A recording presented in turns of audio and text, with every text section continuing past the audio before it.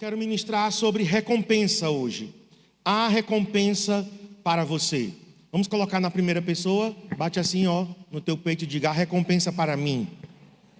Vamos lá, mais forte. Há recompensa para mim. Queridos, há uma recompensa, há um prêmio para aqueles que são fiéis ao Senhor.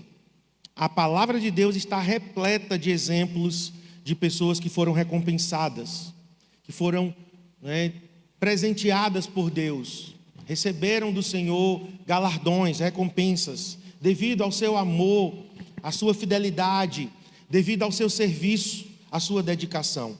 Primeiro texto que nós vamos ler, 2 Crônicas, segundo livro das Crônicas, capítulo 15, verso 7. Diz assim: mas sejam fortes e não desanimem, pois o trabalho de vocês será recompensado. Olha que versículo poderoso. Seja forte e não desanime. Muitas vezes, nós temos a tendência de desanimar facilmente. Temos tendência de enfraquecer, de esmorecer. E o Senhor está dizendo aqui, olha, continuem trabalhando. Não desanimem, pois o trabalho de vocês será recompensado. A recompensa aqui é garantida pelo próprio Senhor. Então não é qualquer pessoa que está dizendo, olha, continuem firmes, continuem fortes, não desanimem, porque o pastor Marcos vai te recompensar. Se fosse assim, eu já mandaria você desistir, porque a recompensa dos homens nunca se equipara à recompensa do Senhor. Aqui diz, porque é o Senhor que vai nos recompensar. Próximo texto está em Hebreus capítulo 6, verso 10. Porque Deus não é injusto. O escritor aos Hebreus faz uma declaração aqui muito forte. Deus não é injusto. O homem pode ser injusto. Até eu mesmo, eu já falhei. Talvez em algum momento. E fui injusto. Mas o Senhor não. Por isso que os nossos olhos sempre devem estar no Senhor. A gente tem que servir as pessoas, mas olhando para o Senhor. Nossa motivação principal sempre tem que ser ao Senhor. Isso é garantia que nós não vamos ser decepcionados. Porque o Senhor não é injusto para ficar esquecido. Olha, Deus não vai se esquecer do vosso trabalho e do amor. Temos aqui então a dupla, Trabalho e amor, amor e trabalho. Por quê? Porque a motivação do trabalho tem que ser o amor. Se a gente não serve por amor, a gente serve por obrigação, então nós estamos mais como escravos do que como filhos. Mas se eu sirvo por amor, porque eu amo o meu Deus, porque eu amo o meu Senhor, e porque eu amo o meu Senhor, eu amo os meus irmãos, então eu vou trabalhar por amor. Gente, pegando aqui o contexto de hoje, desse final de semana, trabalhar no encontro com Deus não é fácil não, meu irmão. É árduo. A gente trabalha antes, durante e depois. Quem já serviu aqui no encontro com Deus sabe. Aí vai dormir 1h30, 2h da manhã. Mas o que nos motiva? A gente poderia estar em casa descansando, assistindo séries, poderia estar tomando banho de piscina, a gente poderia viajar, mas por quê? E ainda pagar, porque a equipe também paga para ajudar a cobrir as despesas do encontro. Você não imagina o quanto de responsabilidade nós temos para fazer um encontro com Deus. Um encontro desse realmente é uma grande responsabilidade financeira também. Mas por que as pessoas pagam para trabalhar e vão lá para dormir mal? A gente come bem, A verdade é que o nosso encontro, dos encontros com Deus que eu já fui, eu quero te garantir que o nosso é o mais top em comida. Então, com relação à comida, ninguém pode reclamar. Mas, se for para a questão de conforto, de sono, aí sim, todo encontro com Deus, a gente sabe que vai para trabalhar. Mas por quê? porque o amor é a força principal. Se eu não estou com esse amor, o trabalho vai ser escravidão. O trabalho vai ser por obrigação, para dar satisfação a alguém. E Deus agora não é mais meu pai. Deus agora é meu patrão. O pastor, a pastora, são os ditadores, os tiranos, Faraó e Faraona, né? Com o chicote na mão, vamos trabalhar. Mas isso não é o serviço bíblico. O serviço cristão está aqui. Deus não é injusto para ficar esquecido do vosso trabalho e do amor. Trabalho e amor. Amor e trabalho. Essa é a nossa motivação. E aqui diz, do trabalho e do amor que evidenciastes, do que você mostrou. Não é um trabalho oculto, não é um trabalho escondido. Embora que a oração muitas vezes é escondida, é oculto e é trabalho. Mas, grande parte do serviço cristão aparece, que evidenciastes para com o seu nome, pois servistes e ainda servis aos santos. Então esse versículo, ele é muito forte. Deus não é injusto para se esquecer. Tudo aquilo que nós fazemos para Ele, por causa dEle, o Senhor está ali, anotando. O Senhor está registrando. O nosso serviço nunca será em vão. Irmãos, ano que vem eu vou completar 40 anos que eu converti. E 40 anos que eu tenho servido ao Senhor. Porque desde o momento que eu converti, até antes de converter eu já estava servindo. Mas eu nunca me arrependi do meu serviço para Deus. Nunca, nada. Literalmente, gente. Quero dizer aqui para vocês. Eu não me lembro de uma coisa que eu fiz nesses quase 40 anos que eu tenha me arrependido. Que eu tenha dito assim, não deveria ter feito isso. Para que eu fiz isso? Tempo perdido. Foram ingratos comigo. Não, nunca. Teve um tempo, né, lá pelos anos 2002, 2003, 2004, que eu estava começando a ficar bem amargurado. E o Senhor me corrigiu naquela época. Você não está servindo as pessoas. Você está me servindo as pessoas. Marcos, corrija seu coração. Eu lembro que eu fui corrigido pelo Senhor naquela época. Eu vou ler para vocês 2 textos, um no Antigo Testamento e outro no Novo Testamento. Esses textos são escatológicos. O que é isso? São textos que apontam para a volta de Jesus, para os últimos dias, para o dia da vinda do Senhor. O Senhor vai voltar uma segunda vez. Então, esses 2 textos, inclusive, eles são relacionados.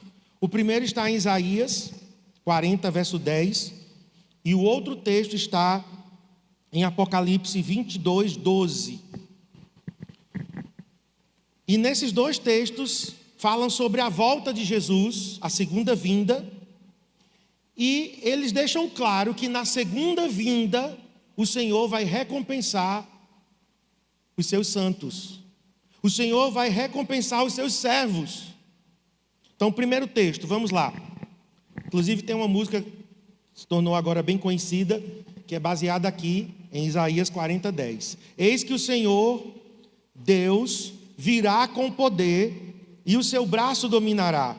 Eis que o seu galardão está com ele e diante dele a sua recompensa. Esse é um texto que o profeta Isaías, inspirado pelo Espírito Santo, escreveu 700 anos antes de Cristo. Isaías escreveu essas palavras: o Senhor virá com poder e o seu braço dominará. Significa que quando Jesus voltar a segunda vez, ele voltará para ser rei sobre toda a terra. Jesus vai governar toda a terra a partir de Jerusalém. Estabelecerá o seu trono e governará toda a terra. Nós estamos esperando o reinado de Jesus durante 1000 anos sobre a terra, que chamamos de milênio. Agora aqui diz, o galardão está com ele e a sua recompensa diante dele.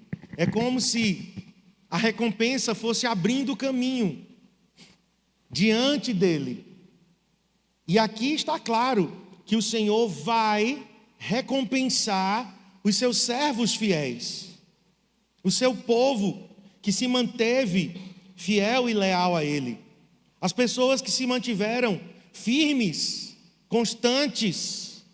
Essas pessoas serão recompensadas pelo Senhor. Vamos ler o texto paralelo agora, que está em Apocalipse 22:12. Agora é Jesus falando. E Jesus é Deus, Deus Filho, e foi Ele também que inspirou as palavras de Isaías, porque o Pai, o Filho e o Espírito Santo são um. Então Jesus está agora citando de forma indireta Isaías capítulo 40, verso 10. Jesus está dizendo assim: olha, eis que venho sem demora, e comigo está o galardão. Então, com certeza ele estava pensando em Isaías 40, verso 10. Comigo está o galardão que tenho para retribuir a cada um segundo as suas obras. E aqui, irmãos, a recompensa é para o povo de Deus. O povo de Deus será recompensado. Pastor, me prove mais sobre isso. Então vamos agora para outro texto, que é 2 Coríntios 5:10. Segunda carta de Paulo aos Coríntios 5:10. Olha o que Paulo diz. A Bíblia é um todo, né? A Bíblia é uma unidade. Todos os que escreveram inspirados pelo Espírito Santo, então não há contradição. Você sabia que a Bíblia teve mais de 40 autores, 40 pessoas diferentes escrevendo, em lugares diferentes, em culturas diferentes e em espaço de tempo diferente. Para vocês terem ideia, Moisés escreveu 1500 anos antes de Cristo. João, que é o último escritor, escreveu 90 anos depois de Cristo. Ou seja, entre Moisés e João, tem só um espaço aí de 1590 anos. Já pensou? 15 séculos, quase 16 séculos, separa Moisés de João. E o que eles escreveram está em concordância, não há contradição. Então, agora Paulo, escrevendo, ele diz: porque importa, é necessário, vai acontecer, que todos nós quem? O povo de Deus aqui, tá? Esse texto aqui é específico para a igreja, porque importa que todos nós compareçamos perante o tribunal de Cristo. Pega aí essa palavra, tribunal de Cristo, para que cada um de nós recebamos segundo o bem ou o mal que tiver feito por meio do corpo, nesta vida terrena. Então vamos lá, o que é que Paulo está dizendo aqui? As recompensas virão, as recompensas serão dadas. Então Paulo era um estudioso do Antigo Testamento, com certeza Paulo sabia de Isaías 40, verso 10. Apocalipse ainda não tinha sido escrito nessa época, tá? Então, Paulo provavelmente estava com a sua mente em textos do Antigo Testamento que deixam claro que o povo de Deus vai ser recompensado, receberemos prêmios. Qual é a cultura de Paulo dessa época aqui? A cultura greco-romana. E nesta época aqui, já estava acontecendo, lá na Grécia, especialmente na região ali de Corinto, Acaia, Atenas, Acaia é a região de Corinto, já estava acontecendo os Jogos Istmicos, que de onde viriam os Jogos Olímpicos, né?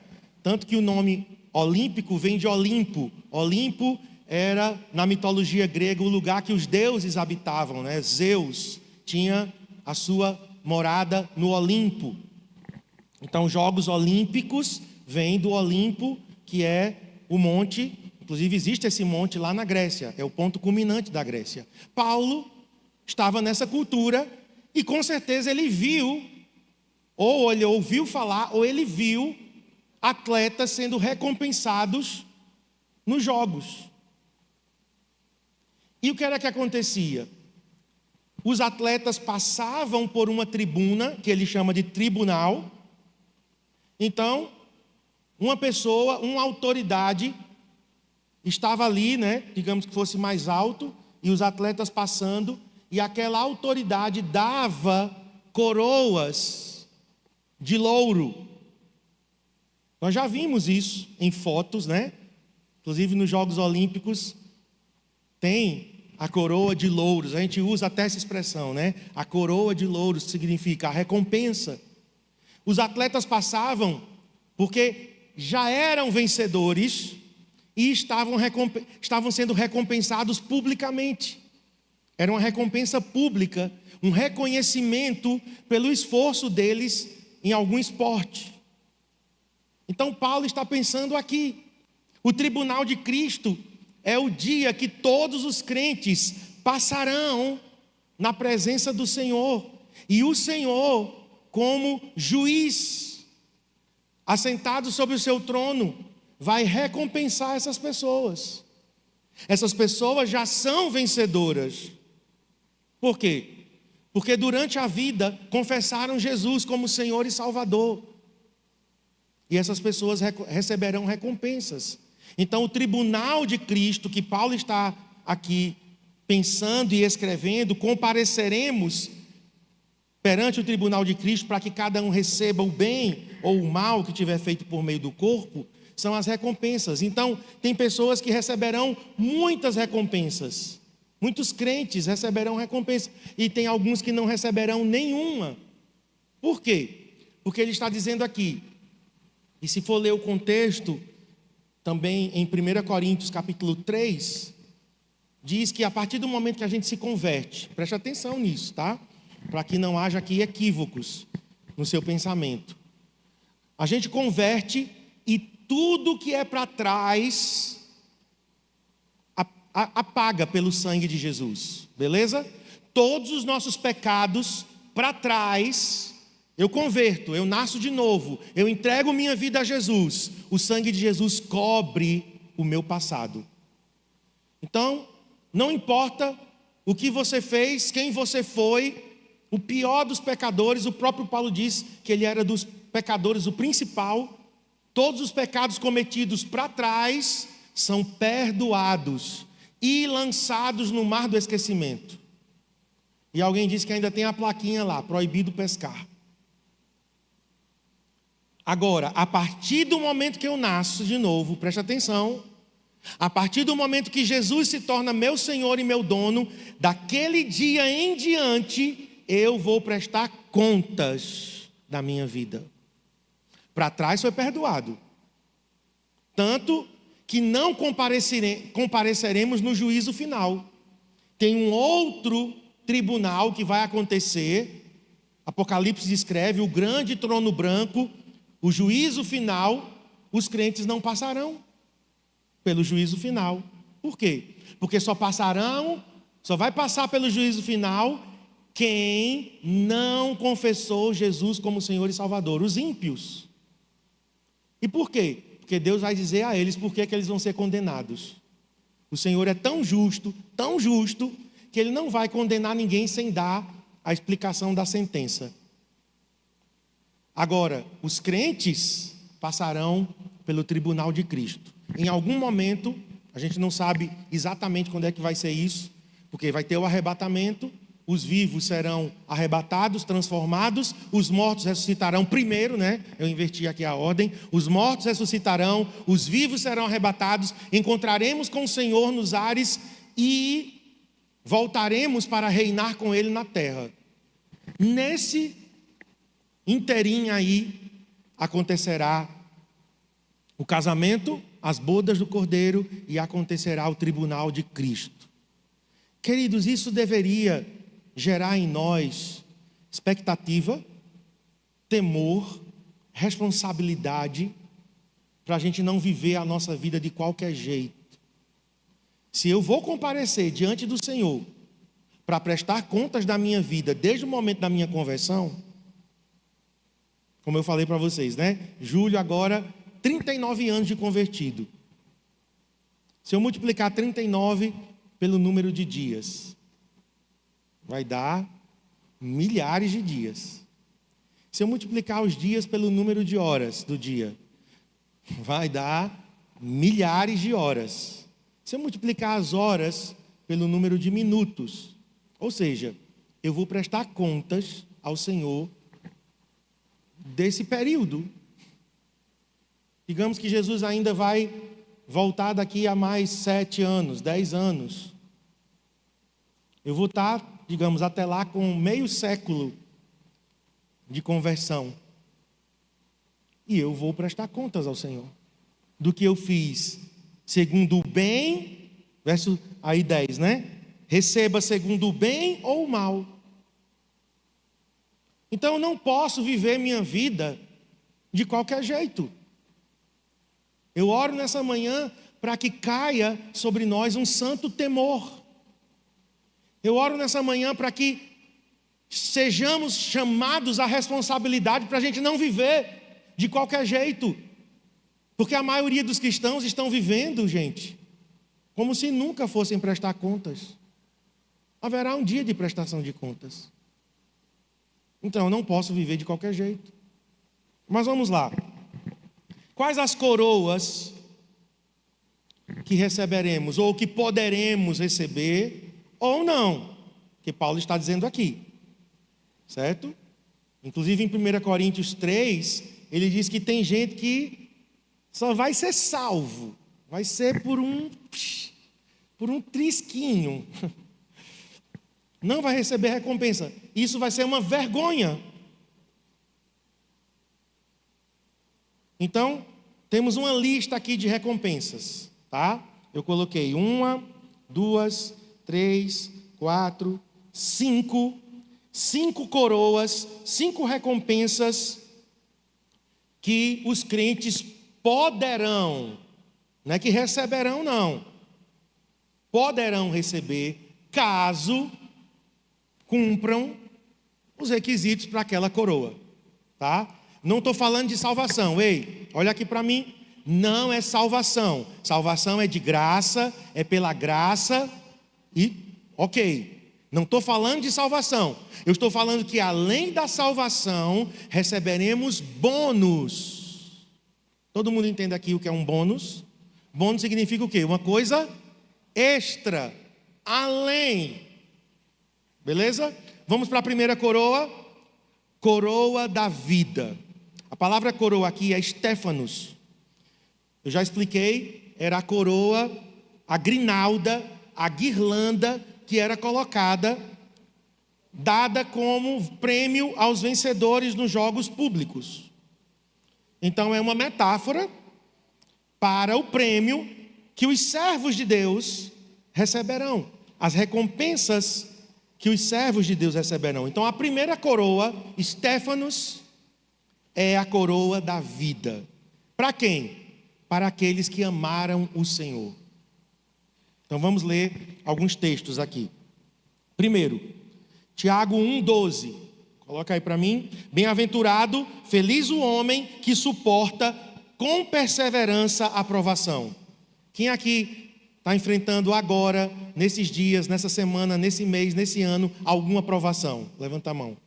Então aqui está dizendo, você é feliz se você suportar com perseverança. Então persevera. Dá um cutucada aí. Faz assim, ó. Persevera, cabra. Se for uma mulher, não faça isso. Bate só no ombro assim. Persevera, querida. Feliz o homem, feliz o cristão que suporta com perseverança a aprovação, porque depois de ter sido aprovado, gente, para a gente ser aprovado, a gente tem que ser provado. Quem gostava aqui de prova na escola? Mas a gente quer ser o quê? Aprovado, né? Final de ano, todo mundo quer ser aprovado. Mas você tem que ser provado. A prova é que aprova. ou a prova é que reprova. Então, depois de ter sido aprovado, receberá a coroa da vida. Olha o que Tiago aqui está dizendo. O cristão que suporta com perseverança a aprovação e é aprovado, receberá a coroa da vida, a qual o Senhor prometeu aos que o amam. Se nós amarmos o Senhor de todo o nosso coração, amor café, é um acróstico, tá? Para você nunca mais esquecer. Pastor, qual é o tipo de amor que eu tenho que amar o Senhor? Amor café. Por quê? C de coração, A de alma, F de força e E de entendimento. Amor café.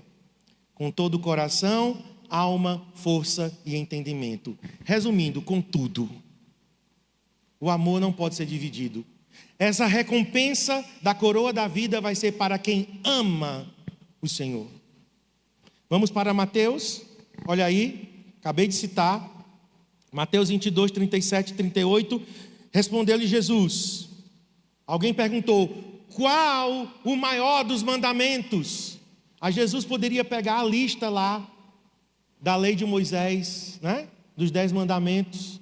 Jesus poderia pegar os 613 preceitos da Torá, aliás, do Talmud. Não. Jesus diz assim: amarás o Senhor teu Deus de todo coração, alma, força e entendimento. Este é o grande e primeiro mandamento. Se nós amarmos o Senhor com todo o nosso ser, nós estaremos cumprindo todos os mandamentos. Por quê? Porque o amor é a força, é a motivação de todos os outros. Por quê? Porque se eu amar Deus, eu não vou ter outros deuses diante de mim. Se eu amar a Deus, eu não vou ter imagens de escultura tentando representar Deus. Se eu amar Deus, não vou tomar o nome do Senhor em vão. Se eu amar Deus, e aí o segundo mandamento, e ao teu próximo como a ti mesmo, eu não vou matar, eu não vou adulterar, eu não vou cobiçar, eu não vou dar falso testemunho. Ou seja, se eu amar o Senhor, e como consequência amar o meu irmão, eu cumpro toda a lei. Paulo disse isso, inclusive, né? Que quem ama, cumpre a lei. Vamos para o próximo texto, que Jesus está citando Deuteronômio. Tá? Jesus e Paulo conheciam a Bíblia. E Jesus está citando Deuteronômio 6,5. Amarás, pois, o Senhor teu Deus de todo o teu coração, de toda a tua alma e de toda a tua força. O último versículo que eu quero ler aqui para irmos para a próxima coroa é Cantares. Cânticos dos Cânticos 4:12, na Nova Bíblia Viva. Minha irmã, minha noiva querida, você é como um jardim particular, como uma fonte só minha e de mais ninguém. O que é isso? Amor exclusivo. Deus quer que o amemos. E quem ama Ele vai receber uma recompensa, a coroa da vida. Mas o amor tem que ser exclusivo. Deus não vai dividir o teu amor por Ele com ninguém. Os cônjuges que aqui estão, se forem normais, né? Porque tem muita gente anormal hoje, que aceita dividir o cônjuge com outro. Trisal. Isso é doença. Então a gente não vai levar isso nem em consideração, né? Poliamor. Hoje existe poliamor. Relacionamentos abertos, né? É o nome que se dá a todas essas tranqueiras. Mas vamos falar do verdadeiro amor, do amor bíblico, de um homem por uma mulher, de uma mulher por um homem. É exclusivo. Sim ou não? Sim ou não? Todo mundo aqui é normal? Ah, graças a Deus. Você quer exclusividade. Se você sabe que seu cônjuge está se relacionando com uma outra pessoa, o nome disso é traição. E geralmente, traição, o que é que acontece? Quebra de aliança e o amor, ele é manchado. Então Deus, irmãos, quer que o amemos. Haverá recompensa para aqueles que o amam, mas tem que ser amor exclusivo. Você não pode dividir seu coração com outras coisas e pessoas. Vamos para a segunda coroa. Coroa incorruptível para aqueles que correram a corrida cristã. Paulo está novamente usando a linguagem da época, dos jogos istmicos, dos jogos olímpicos, que foram originados na Grécia. Então vamos lá, 1 Coríntios 9, 25. Aqui a linguagem é puramente atlética. Tá? Ele diz assim: todo atleta em tudo se domina, se disciplina. O atleta se disciplina.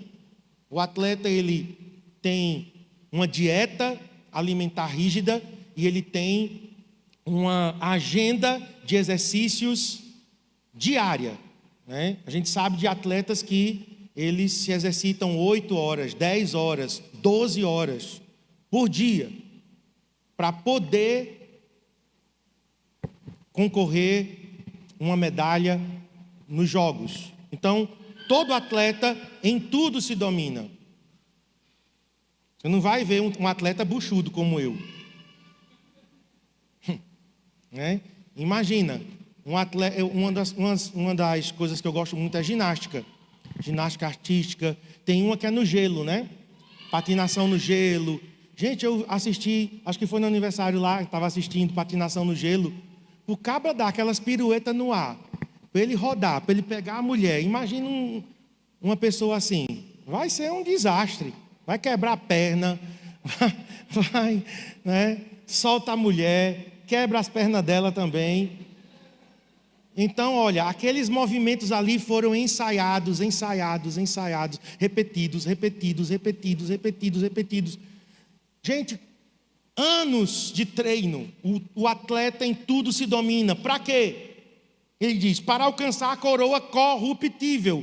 Corruptível é o quê? Que vai murchar.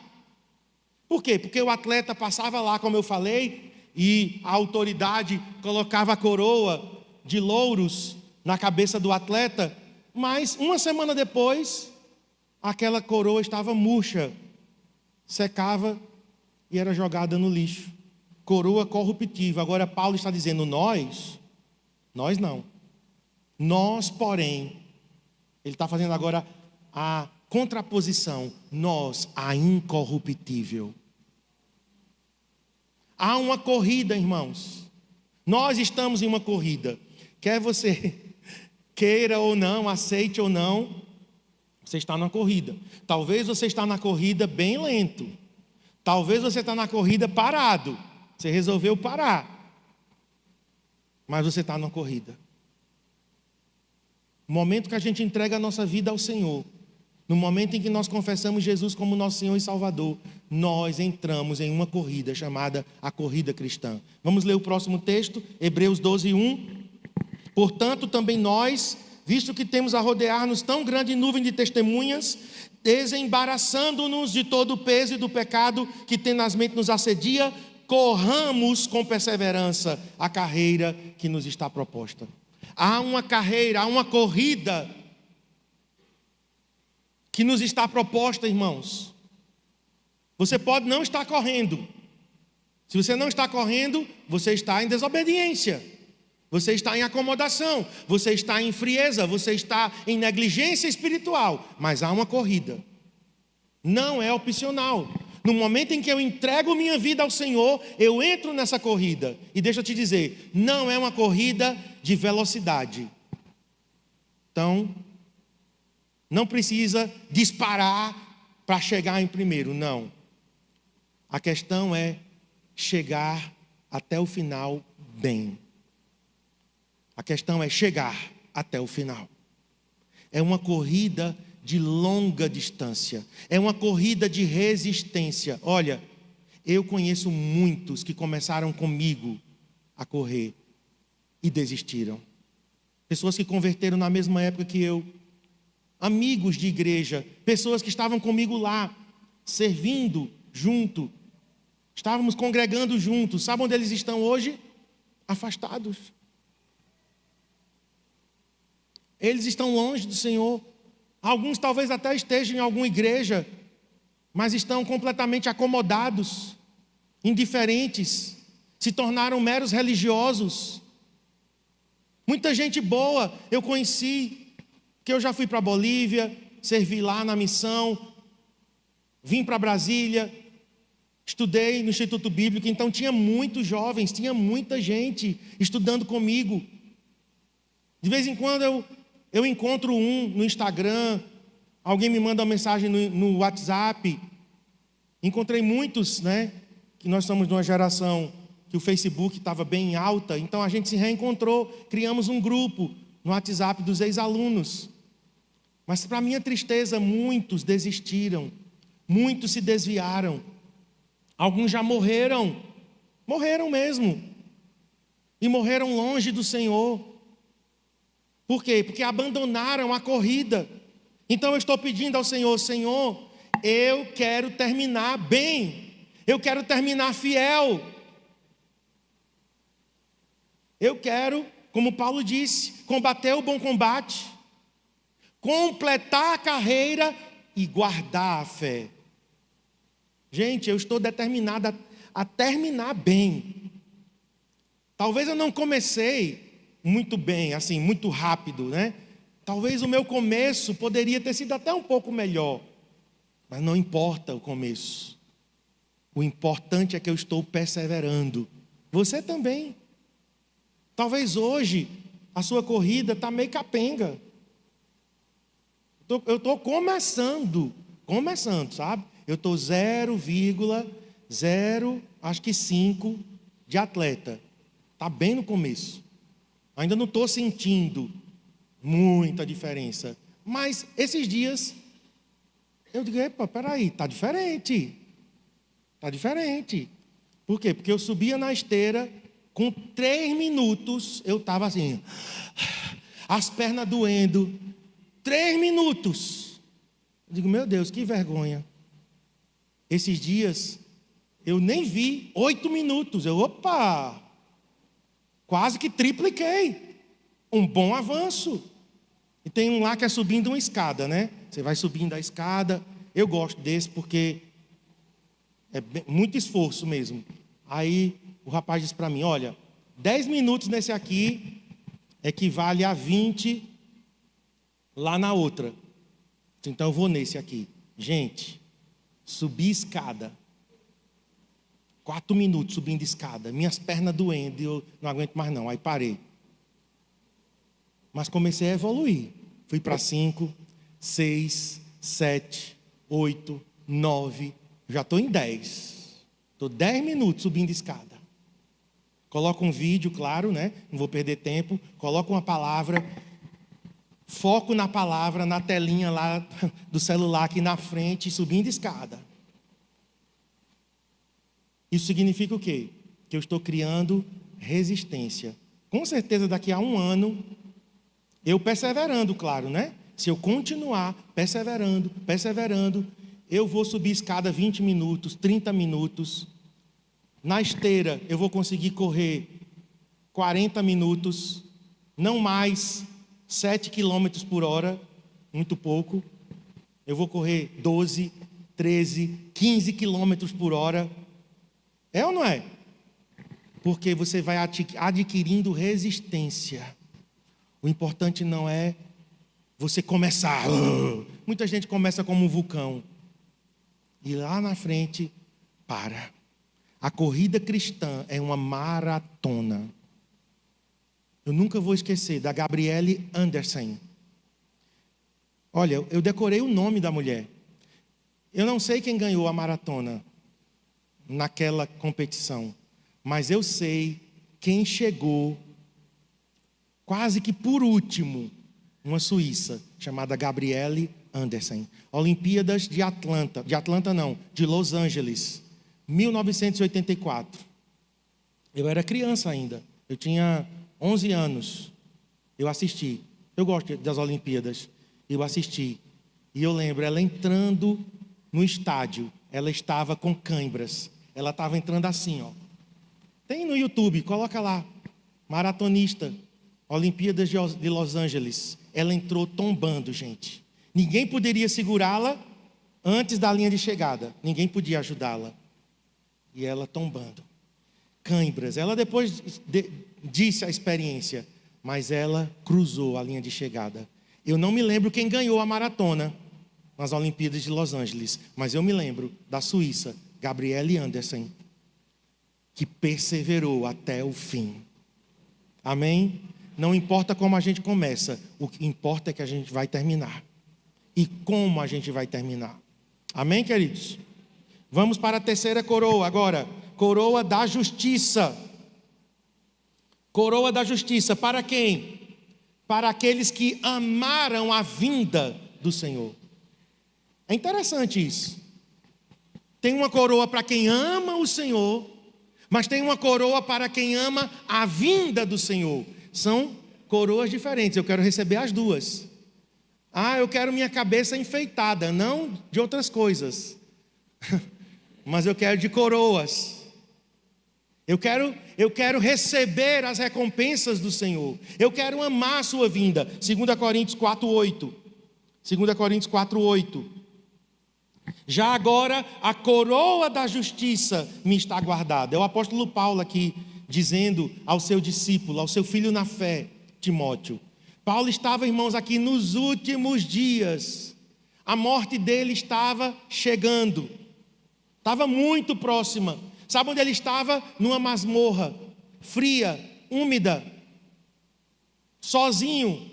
E ele diz: já agora a coroa da justiça me está guardada, a qual o Senhor, reto juiz, me dará naquele dia. Dia aí com D maiúsculo é o dia da recompensa, é o dia da volta do Senhor, o dia do tribunal de Cristo. E não somente a mim, então não era algo exclusivo de Paulo, mas também a todos os que amaram, todos os que amam a sua vinda. Você se lembra que Jesus vai voltar? Esses dias eu estava falando com alguns cristãos, eu dizendo: Jesus vai voltar, Jesus vai voltar. E as pessoas: vai voltar? Vai, Jesus vai voltar. Como que um cristão não ama a vinda do Senhor?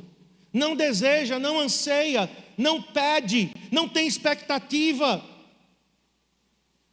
Se você ama alguém, e esse alguém se afastou, esse alguém viajou, esse alguém partiu, mas você ama essa pessoa, o que é que você quer? Reencontrá-la. Você quer um dia vê-la novamente. Eu não gosto de despedidas, eu sou muito ruim para despedida, muito, porque eu fico os próximos dias péssimo. O momento da despedida, depois, aquela saudade, eu queria ir junto. Teve um dia que alguém partiu e eu vi a pessoa entrando assim no avião, né? Estava lá no terraço do aeroporto em Recife, não sei se ainda tem esse terraço lá que você vê os aviões no pátio, a pessoa subindo a escadinha e entrando, e eu queria entrar junto, eu queria ir junto. É muito ruim despedida. Por isso que você ama a vinda da pessoa, a volta da pessoa. Nós estamos amando a volta de Jesus? Nós estamos desejando a volta de Jesus? Nós estamos pensando na volta de Jesus? 1 Coríntios 16:22. Se alguém não ama o Senhor, seja maldito, seja anátema. E ele termina dizendo: Maranata. Paulo aqui está unindo as duas coisas. Se alguém não ama o Senhor, há uma coroa para quem ama. E ele então diz: Maranata. Maranata significa volta, Jesus. Então Paulo aqui está falando da coroa para os que amam e a coroa para os que amam a vinda do Senhor. Então nós não podemos ser o tipo de crente que está vivendo a vida como se Jesus nunca fosse retornar. Quantos estão assim? Isso não é amor. Gente, isso é amor da boca para fora. Isso é amor da boca para fora. Nós temos 30 anos de casados aí, Cristiano, e poucas vezes nós viajamos separados. Poucas vezes, mas já aconteceu. Aconteceu De eu ir para uma conferência em Salvador, o Cristiane ficou. Essa foi bem engraçada, né? Porque Cristiane sempre teve cabelo longo e eu ficava, Cristiane, como será tu com cabelo curto? Corta para eu ver como é que vai ficar, né? E aí eu fui para Salvador para a conferência e ela disse, eu vou fazer uma surpresa para Marcos. A gente tinha 5 anos de casados. Aí ela cortou o cabelo. E aí eu lembro, quando eu cheguei, que eu abri a porta, que eu olhei para a Cristiane. Gente, eu disse, Cristiane, prestou não? Gente, ela ficou com tanta raiva. Tu manda eu cortar? Eu digo, mas cresce, né? Cabelo, é bom que cabelo a gente não paga para ele crescer. Mas Marcos, como é que tu faz uma coisa dessa? Nunca saiu da minha mente essa viagem. Eu já fui para Eiffel, ela primeiro foi para Eiffel, eu fiquei. Então, já teve assim algumas separações, né? Mas gente, você quer estar junto, você quer estar perto. Assim é com Jesus. Nós temos que amar a vinda do Senhor. Vamos para a quarta, penúltima. Coroa da glória para aqueles que pastorearam o rebanho de Deus. E aqui não só é pastor ordenado com título oficial, não. Aqui é para quem cuida de pessoas. Então, se você é líder de célula, se você é um discipulador, se você é um supervisor, mesmo que você não tenha o título ainda de pastor, você cuida de pessoas. E se você cuida de pessoas, tem uma coroa reservada para quem cuida bem. Já pensou que coisa gloriosa? Olhe, para mim, não tem coroa para quem prega. Não vamos encontrar na Bíblia dizendo assim, uma coroa para os pregadores. Não tem coroa para quem ensina. Não tem coroa para quem profetiza. Não tem coroa para quem faz algum outro serviço. Mas tem uma coroa específica para quem cuida de vida. Sabe por quê? Porque cuidar de vida, Jesus sabe. Jesus sabe que cuidar de vidas é um grande desafio. Como educar filhos? Eu acho que até nessa coroa aqui está incluída pai e mãe. Eu acredito. Porque pai e mãe pastoreia também, né? Cuida dos seus filhos. Vai haver recompensa. Por quê? Porque cuidar de pessoas é um grande desafio. Pessoas nos dão grandes alegrias, mas pessoas nos dão tristezas. Não é? Então a gente não pode desistir de pessoas. Mas a gente tem que estar consciente que é um grande desafio. As pessoas hoje querem, amanhã não. Como eu falei, hoje, hosana, bendito que vem em nome do Senhor. 4 dias depois, gente, porque foi domingo de Ramos, Jesus entrando em Jerusalém, e na quarta-feira, isso é assunto para outro momento, não foi na sexta-feira, desculpa te decepcionar, mas Jesus não foi crucificado na sexta, isso é outra coisa, tá? Pelo amor de Deus, eu não vou entrar nisso daí, porque senão eu não volto para o encontro com Deus, eu tenho que voltar, já estou falando demais. Jesus foi crucificado 4 dias depois do domingo de Ramos. Pessoas, mas isso não pode me desanimar de cuidar de vidas. Por quê? Porque vidas vai me dar alegria. Vamos viver muitos momentos bons. Nós vamos ter grandes conquistas. Eu me alegro com a equipe que o Senhor nos deu aqui nessa igreja. O Senhor nos deu uma poderosa equipe. 93 pessoas trabalhando. E o culto está acontecendo porque nós temos pessoas aqui também servindo. Que bênção! Antigamente, quando tinha encontro com Deus, a igreja era fechada no domingo. Nós passamos muitos anos. Tinha encontro com Deus no culto, no domingo não tinha culto. Só tinha o culto da volta. Mas já tem vários e vários anos que hoje temos gente suficiente para trabalhar no encontro, gente para ficar. E ainda teria mais gente, se fosse necessário, para estar servindo. Glória a Deus, uma grande equipe. Mas por quê? Porque nós temos aprendido a pastorear. 1 Pedro 5,4. pastoreai o rebanho de Deus que há entre vós. O rebanho é de Deus, nós não somos donos de ninguém. Eu estou cada vez mais convencido disso. Às vezes a gente quer ser dono das pessoas, nós não somos donos de ninguém. O rebanho é de Deus. Ora, logo que o supremo pastor, então tem um pastor acima de mim, o sumo pastor, o supremo pastor, se manifestar, aqui está falando da volta dele, recebereis a imarcessível, vamos dizer essa palavra difícil? Diga imarcessível, vamos lá? Imarcessível, o que é isso? Que não pode se machucar, que não pode ser amassada. É isso. Imarcessível é que não pode ser estragada. A coroa de louros era marcessível. Amassava, secava, era jogada no lixo. Essa não. Essa daqui é imarcessível. Palavra bonita, hein? Guarda ela aí para um momento você usar, né? Igual uma velhinha, vó do meu amigo, ela ouviu uma palavra, ela gostou. Essa palavra bonita, rapaz, difícil. Eu vou dizer para o meu médico. Aí um dia ela estava no médico, aí disse, doutor, eu gosto muito do senhor. Eu quero dizer que o senhor é um charlatão. Era a palavra que ela tinha ouvido. Ela gostou, achou bonita, charlatão.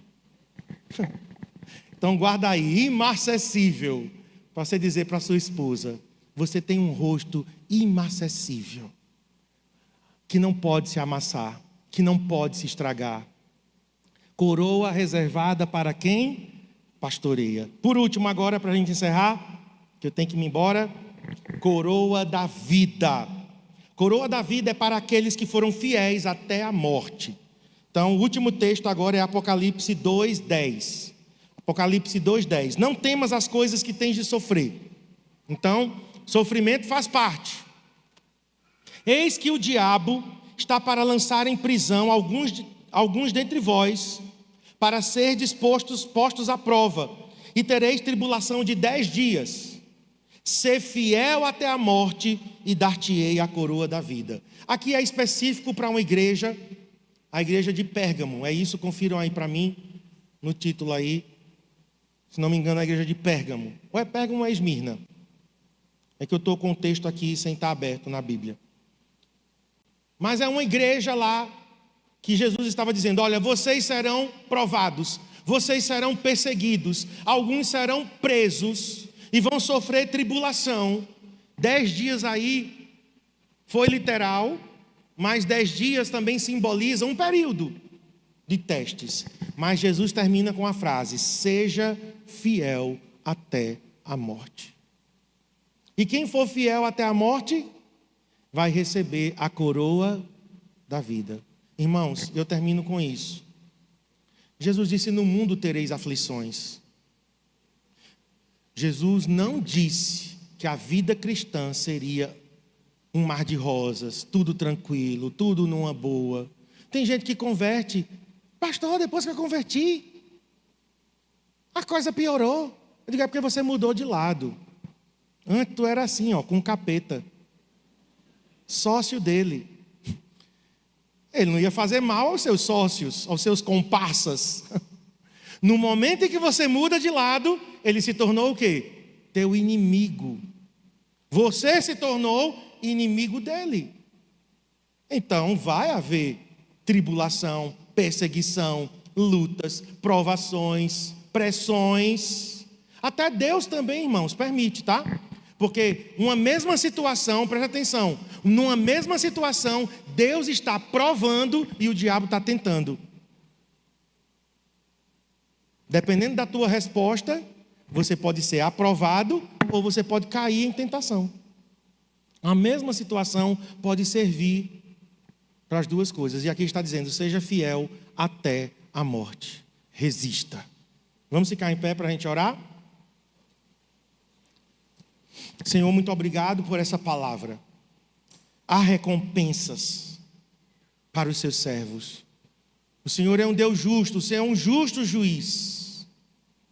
Obrigado, Senhor, porque você não está esquecido. Nós lemos aqui que o Senhor não é injusto para esquecer do nosso trabalho, do nosso amor, daquilo que nós temos mostrado para com o teu nome e para com os nossos irmãos. Oro para que essa palavra, Deus, encontre lugar aqui no coração de cada um que ouviu. Produza frutos de perseverança, frutos de serviço, frutos, Senhor, de amar a tua volta, de amar o Senhor de todo o coração, fruto de cuidar de pessoas sem desanimar, frutos, Senhor, de sermos fiéis até a morte. Pai, em nome de Jesus, que cada um aqui continue a sua corrida sem desanimar, sem esmorecer. Fortalece-nos, Senhor. Levanta a tua mão, pede ao Senhor agora, fortalece-me, Senhor, nesta corrida. Não importa, Senhor, como começamos, importa como terminaremos. E nós queremos terminar fiéis, perseverantes, vencedores, amando o Senhor, amando a volta do Senhor, cuidando das pessoas que o Senhor colocou em nossas mãos, nossos filhos, nossos liderados, nossos discípulos. Senhor, nós queremos continuar fiéis, mesmo em meio a lutas e provações, a corrida que nos está proposta. Em nome de Jesus, eu abençoo cada um aqui. Amém. Que a graça do Senhor Jesus, o amor de Deus, o nosso Pai, a comunhão do Espírito Santo de Deus, seja sobre você. Abençoa o teu retorno em paz e segurança, o resto desse domingo, início dessa semana. Em nome de Jesus. Amém. Amém. Dá um abraço aí em quem está perto de você.